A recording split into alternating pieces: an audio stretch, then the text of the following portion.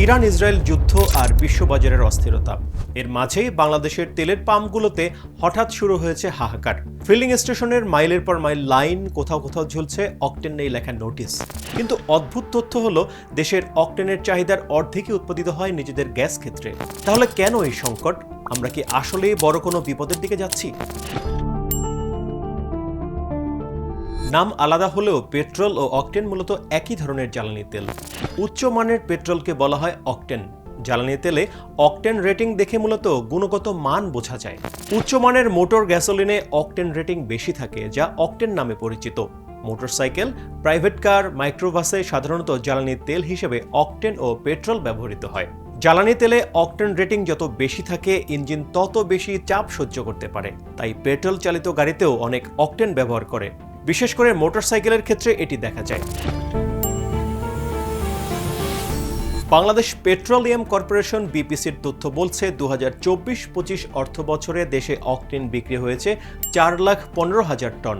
এই হিসাবে গড়ে দিনে বিক্রি 1,137 টন। তবে বছরের বিভিন্ন সময় এটি বাড়ে কমে। গত বছরের মার্চে প্রতিদিন অকটেন বিক্রি হয়েছে গড়ে 1,193 টন, আর এবারের মার্চে বিক্রি হয়েছে গড়ে 1,222 টন। তার মানে হলো মধ্যপ্রাচ্য যুদ্ধ শুরুর পর দিনে বিক্রি বেড়েছে গড়ে 29 টন। দেশে বছরে সরবরাহ করা মোট জ্বালানি তেলের 6% অকটেন। চাহিদার অর্ধেক অকটেন দেশেই উৎপাদিত হয়।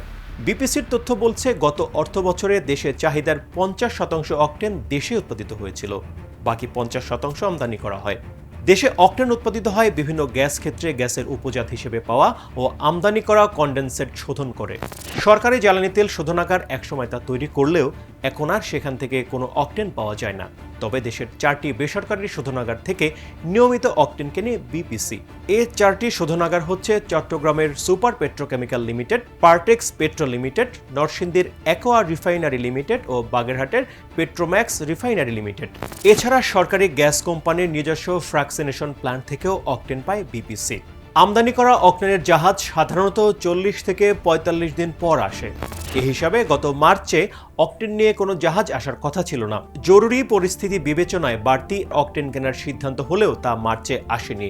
এর মধ্যে বাড়তি বিক্রির কারণে মজুদ কমে এসেছে। জ্বালানি বিভাগের তথ্য অনুযায়ী 1 এপ্রিল পর্যন্ত অকটেনের মজুদ আছে 9,021 টন। দৈনিক বিক্রির হিসাবে বর্তমান মজুদ দিয়ে 7 দিন চলার কথা। 6 এপ্রিল 25,000 টন অকটেন নিয়ে সিঙ্গাপুর থেকে ভিটল এশিয়ার একটি জাহাজ আসার কথা রয়েছে। এর বাইরে মাসের তৃতীয় সপ্তাহে 25,000 টন অকটেন নিয়ে আরও একটি জাহাজ দেশে আসার কথা রয়েছে। বিপিসির সূত্র বলছে, আমদানির পাশাপাশি দেশের বেসরকারি শোধনাগার থেকে 30,000 টন অকটেন পাওয়া যাবে এ মাসে। তার মানে চলতি মাসে 70,000 টন অকটেন যুক্ত হচ্ছে, যেখানে এপ্রিলে অকটেনের চাহিদা 37,000 টন। তাই আপাতত অকটেনের ঘাটতি তৈরি হওয়ার কোনো শঙ্কা নেই। তাহলে ফিলিং স্টেশনে দীর্ঘ লাইন কেন? বিপিসির হিসাব অনুযায়ী অকটেনের সংকট নেই। তারপরেও ফিলিং স্টেশনগুলোয় লাইন শেষ হচ্ছে না, যা অন্য সময়ে দেখা যায়নি। এ নিয়ে সংশ্লিষ্ট ব্যক্তিরা বলছেন, যুদ্ধ শুরুর পর জ্বালানি নিয়ে আতঙ্ক ছড়িয়ে পড়ে, প্যানিক বাইং শুরু হয়ে যায়। আবার এক শ্রেণীর গোষ্ঠী এটিকে সুযোগ হিসেবে নিয়ে বাড়তি কিনে মজুত করতে থাকে। গত 30 মার্চ পর্যন্ত সারা দেশে অভিযান চালিয়ে 28,938 লিটার অকটেন উদ্ধার করেছে প্রশাসন। প্যানিক বাইং এখনও থামেনি বলেই ফিলিং স্টেশনগুলোতে অতিরিক্ত চাহিদা সামাল দিতে পারছে না বলে সংশ্লিষ্ট ব্যক্তিদের মত। তারা বলছেন, এপ্রিলে সরবরাহ বেড়ে গেলে ভিড় কমতে পারে। এছাড়া অনেকেই এপ্রিলে দাম বাড়ার আশঙ্কা করেছিল, তবে সরকার দাম বাড়ায়নি। এতে মজুত করার প্রবণতাও কমতে পারে।